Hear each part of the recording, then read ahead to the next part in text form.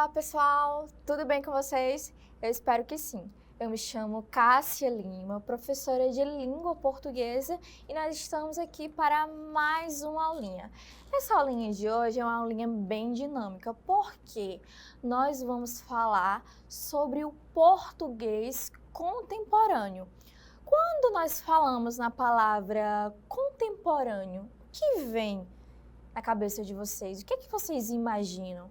Nós pensamos em atualidade, isso mesmo. Ou seja, a língua portuguesa, ela vai se transformando conforme o tempo. Sabe algumas expressões que você utilizava lá no passado que hoje caiu em desuso? Por quê? Por que isso acontece? Porque novas expressões vão surgindo, novas palavras, novas formas comunicativas vão surgindo nesse processo da língua portuguesa. Porque a língua, ela é um instrumento vivo. Então, o que nós levamos em conta? Levamos em conta questões sociais, culturais, regionais e até mesmo histórica. Então, vamos lá entender um pouco mais sobre isso.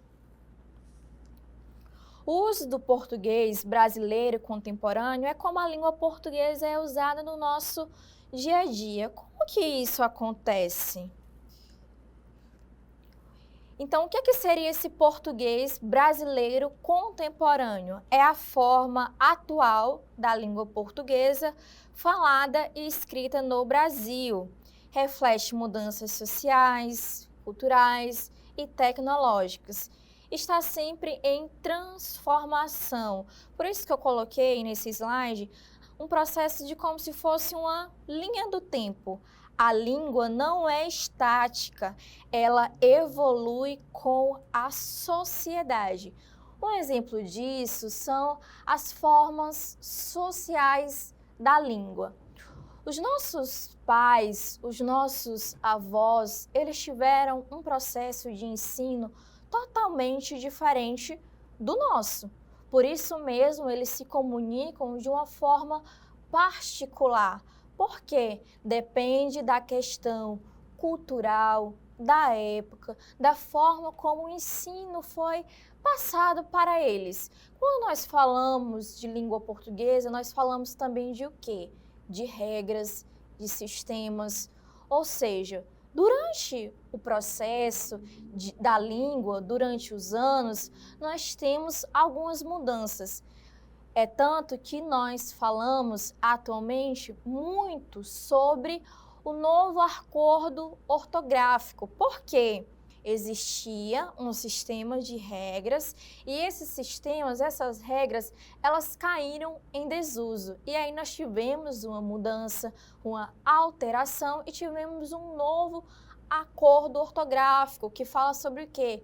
Como as palavras serão pronunciadas, acentuadas. Então, quando nós falamos nesse processo de português contemporâneo, é como nós falamos atualmente. Como que você fala aí na sua casa? Você tem alguma gíria específica? Você tem alguma palavra que só você entende o significado, que você mesmo criou? Como é que é essa relação?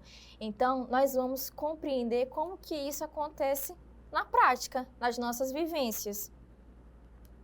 Então, nesse sentido, nós vamos ter um duelo, uma língua formal e informal.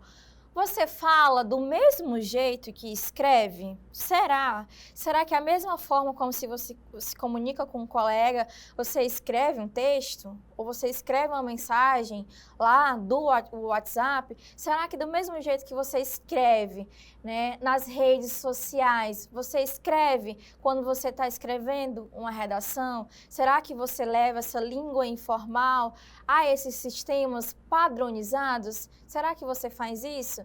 Sim. O que é que acontece?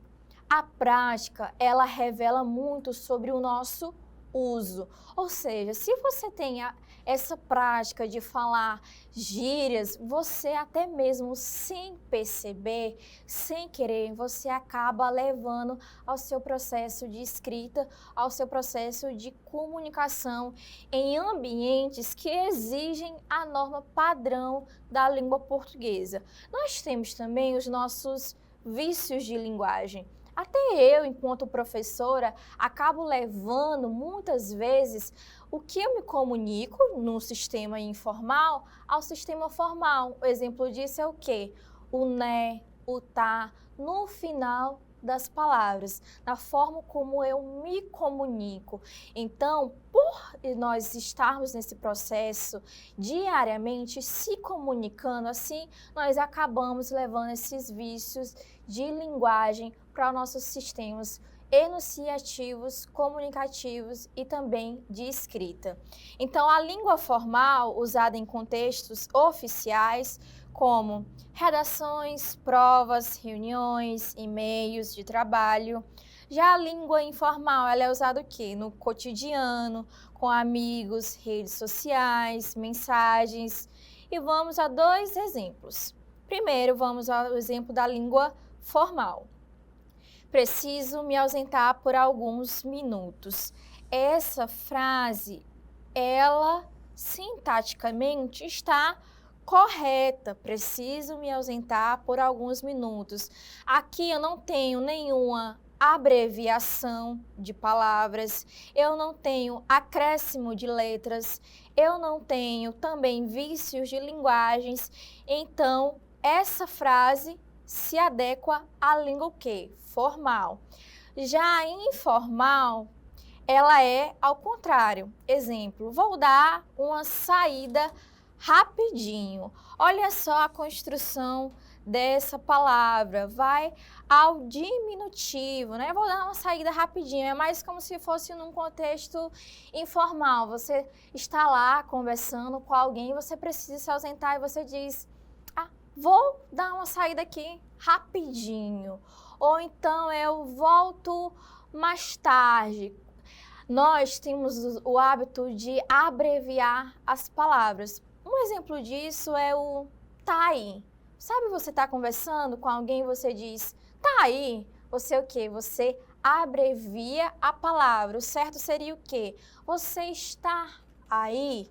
Então, esse duelo entre a língua formal e informal, ela também é presente nesse contexto de compreensão desse português contemporâneo. Nesse sentido, nós vamos ter as variações linguísticas. O que muda quando falamos com diferentes pessoas? E aí, nessa relação aqui, nós vamos ter uma variação regional, uma variação social e uma variação situacional. A variação regional, o que essa palavra ela nos diz? Regional, nós pensamos em o quê? Região. Então, ela vai considerar sotaques e expressões locais. Um exemplo disso é o quê? A palavra menino, que também é chamado de guri, piá. Qual região fala isso? Será que você sabe qual região as pessoas se comunicam dessa forma? Será que vem alguma coisa aí na sua cabeça? Exatamente, é a região lá do sul. Eles utilizam muito essa expressão guri, piá, também tem o ba, certo? E nessa relação, agora nós vamos entender o que seria essa variação social. Quando nós falamos de social, vem à nossa cabeça o quê? Sociedade, convenções. Então, aqui, nesse tipo de variação, a gente pensa em idade, grupo social e nível de escolaridade, que foi o exemplo para vocês, que eu falei para vocês que os nossos avós, os nossos pais, eles tiveram um processo de ensino diferente do nosso. Até porque, com a globalização, com o avanço das tecnologias, novas ferramentas, elas foram existindo. A nossa aula aqui é um exemplo disso. Será que os nossos avós, eles tinham esse recurso? de videoaulas? Será que tinham esse recurso tecnológico de pesquisa, de ir lá, abrir o Google, a internet e pesquisar sobre algum assunto? Então, conforme as nossas vivências, conforme as nossas relações sociais, nós temos essa variação social. Nós também temos a variação situacional. Quando nós falamos em situacional, pensamos em o quê? Situação. Então, ela vai depender do lugar e da intenção da fala. Esse tipo de variação situacional, ele é muito relacionado ao exemplo de gírias. Você está em uma conversa, em uma situação, e você se comunica ali com gírias, expressões que muitas vezes só o grupo ali que você está presente compreende. Então, essa variação situacional depende da situação em que você está inserido, que essa variação ela ocorre. Nesse sentido, a variação linguística, ela também não se preocupa com errado ou certo, mas sim adequado ou inadequado ao contexto. Isso lembra muito a nossa aula sobre gramática prescritiva e descritiva. Por quê? A gramática prescritiva, ela se preocupa com regras. Já a descritiva, ela se preocupa com o uso da língua real, no dia a dia. Então, observem como, conforme as aulas, os conteúdos, eles estão conectados entre si. Nesse sentido, quando nós falamos de atualidade, nós pensamos em o quê? Em tecnologia, pensamos em internet. Então, nós temos a nossa famosa linguagem da internet. Será que a internet, ela influencia a forma como falamos e escrevemos? Interfere, porque nós utilizamos bastante o uso de abreviações, emojis, gírias, criação de novas palavras e expressões, misturas de idiomas, e isso acontece bastante nas redes sociais. Porque quando nós falamos em marketing, o marketing ele se baseia em expressões do idioma em inglês. Então, até a própria palavra marketing, ela é no idioma inglês. Então, algumas expressões da internet vêm com essa base de outros países. Então, nós temos algumas expressões como crush, que é uma abreviação que vem lá do inglês, que nós adequamos também outras palavras para que venha ao nosso contexto. O que seria o crush? Seria aquela pessoa que você está ali gostando, enfim, admira, está afim. Já o cancelado ou o ranço também são convenções o quê? Da língua portuguesa, no nosso contexto, em redes sociais, que é o quê? O que seria o cancelado? Quando a gente pensa nessa palavra, cancelada, a gente pensa o quê? Que a pessoa está em uma má situação. Então, sabe quando tem uma publicação de algum famoso e essa publicação ela não consegue atingir ali o público, pelo contrário, o público começa o quê? Criticar aquela situação e aí começa o famoso cancelamento. E o ranço é aquela palavra que surgiu também na internet para dizer que você não vai muito ali de cara com alguém, ou não somente uma situação pessoal da pessoa, mas também, por exemplo, um filme. Você assiste lá o filme e você diz assim, ó, eu estou com ranço desse filme. Então, é sempre nesse sentido de não gostar. Então, isso é muito presente também nesse português atual. Quando nós falamos de português contemporâneo, nós temos essa linguagem da internet. Sabe quando uma música, ela fica lá disparada e as pessoas falam, essa música é um hit. Então, todas essas convenções sociais, elas são bem presentes na atualidade. E a linguagem da internet, ela vem ganhando muito espaço. Porém, existe uma problemática em relação a ela. Por quê? Essas palavras, ranço, cancelado, são palavras que despertam ali até mesmo um processo de bullying. Então, precisa-se ter um cuidado muito grande ao utilizar essas expressões. Outro cuidado em relação a isso é que, será que todas as pessoas conseguem ter acesso a essa linguagem da internet? Será que todos têm um celular, têm um tablet, têm um acesso à internet em casa? Não. Então, será que eu me comunicando dessa forma, será que todos vão compreender o que eu quero dizer? Então, toda vez que você estiver nesse processo comunicativo, você precisa ter esse cuidado em saber que, será que o seu receptor, que é a pessoa que recebe a mensagem, escuta ela compreende o que você quis dizer? Então, você precisa ter esse cuidado. Então, a linguagem digital ela é uma nova forma de expressão, especialmente entre os jovens, que são as pessoas que mais utilizam essas ferramentas. Nesse sentido, já puxando esse gancho com vocês do que eu acabei de falar, sobre vocês terem esse cuidado da forma que se comunica, nós temos um conceito bem importante que é a respeito do preconceito linguístico. Falar diferente é falar errado? Julgar alguém pela forma de falar é considerado preconceito linguístico. Toda forma de expressão tem valor cultural e social. A escola deve valorizar a diversidade linguística. O que é que seria errado aqui? Errado é discriminar quem fala diferente de você.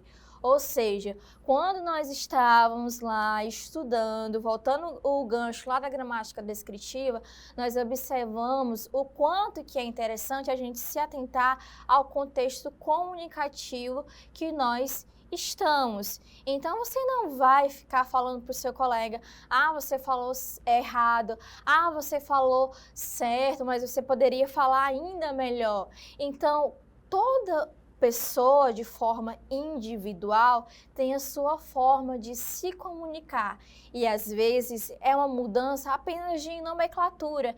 Isso acontece, por exemplo, na palavra laranja, a tangerina, que em algumas regiões é chamada de bergamota. Então, não existe certo ou errado, é apenas uma convenção social.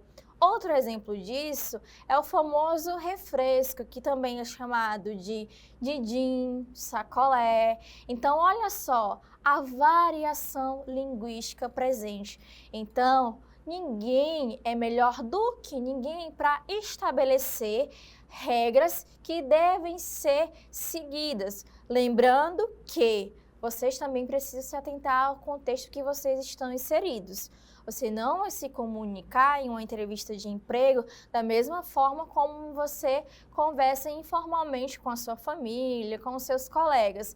Então, a língua, ela é variável, ela é um processo constante, mas você precisa se atentar aos contextos que você está inserido. Então, elas são o quê? Elas são complementares. Nenhuma anula a outra, certo?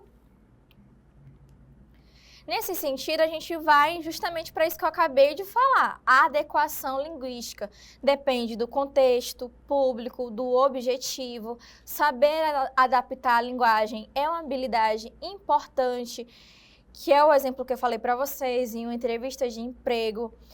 É diferente de uma conversa com os amigos e essa adequação é a chave para uma boa comunicação. Nesse sentido, nós temos a conclusão, resumo da nossa aula, que é compreender o quê? O português está sempre mudando, não existe uma forma certa de falar. O mais importante é saber se comunicar bem e com respeito. Agora, para nós observarmos esse processo da língua, desse português contemporâneo, nós vamos resolver uma atividade. Por quê? Quando nós resolvemos a atividade é que nós observamos se nós compreendemos o conteúdo ou não. Então, vamos lá? Observem essa imagem aqui que eu coloquei para vocês. Tem uma representação, nós temos aí uma pessoa que está se comunicando e ela fala o seguinte: peraí, gente, tô repassando as piadas para vocês por e-mail. Vocês observam que essa comunicação, ela tem uma abreviação de palavras, mostra uma situação típica de comunicação digital informal, que é o quê, ó? Peraí. Será que esse peraí é presente nas regras, quando nós falamos de norma culta da língua? Então, peraí, gente, estou repassando as piadas para vocês por e-mail. Esse tô aqui, será que tem a palavra inteira? Será que nós tivemos uma abreviação? Será que realmente seria tô repassando ou seria estou repassando? Então, observem aí o que essa frasezinha, o que essa comunicação ela quis dizer. Vamos lá à nossa atividade. Questão 1. A frase apresenta na tirinha uma exemplificação, a característica do português contemporâneo em ambientes digitais. Qual das alternativas descreve corretamente essa característica? Então, olha só o comando da questão. Ela quer o que está correto. Então, vamos lá às nossas alternativas. Letra A. Uso de termos formais e estrutura normativa. Será mesmo que lá nós tínhamos expressões formais, normativas da língua? Vamos à letra B. Emprego do verbo tô como forma reduzida de estou. Será que isso foi presente lá naquela frasezinha? Então, segura aí a letra B. Letra C, substituição do ponto de reticências por ponto de exclamação. Será que isso foi presente? Letra D, exclusão total de preposições para economizar caracteres, que seria o número de palavras. Será que isso foi presente? Será que nós tivemos uma exclusão total de preposições? Letra E. Ausência de abreviações e expressão coloquial. Será mesmo que tinha ausência de abreviação e expressão coloquial? É justamente ao contrário. Lá naquela frase tinha sim abreviação e expressão coloquial. Vamos lá voltar à frase. Olha só. Peraí, gente, tô repassando as piadas para vocês por e-mail. Eu falei para vocês que aqui nós tivemos a abreviação dessa palavrinha, que seria o quê? A forma formal. Estou. Estou repassando as piadas. Olha aqui, ó. Outra palavrinha, que seria para vocês. Então, nós tivemos uma abreviação de palavras. Por que que não pode ser aquela alternativa lá de preposições? Porque nós não temos essa exclusão total por conta de caracteres. Isso não é sinalizado. Então, nesse sentido, a alternativa que vai mais de encontro de forma correta à frase seria o quê? A letra B, porque nós temos a redução da palavra, nós temos a redução do verbo tô, né, por estou. Então, o correto seria, como eu falei para vocês, estou ao invés de tô. Então, nós temos uma forma reduzida da palavra. Então, nesse sentido, o nosso gabarito é a letra B. Agora nós vamos observar se isso que nós estudamos e resolvemos foi de acordo. Então, olha aí, ó, gabarito corretinho, a nossa letra B, emprego do verbo tô como forma reduzida de estou. Então, essa foi a nossa aula. Aqui estão as nossas referências. Eu quero agradecer pela atenção de vocês e olha só o quanto que é interessante e rico esse conteúdo, porque nós estamos falando sobre questões culturais, sociais, econômicas, históricas que interferem no nosso processo de comunicação. Então não esqueçam, a língua ela não é estática, ou seja, ela não é permanente, ela vai se transformando conforme o tempo. Então, muito obrigado pela atenção de vocês. Conto com vocês na nossa próxima aula e até mais. Tchau, tchau!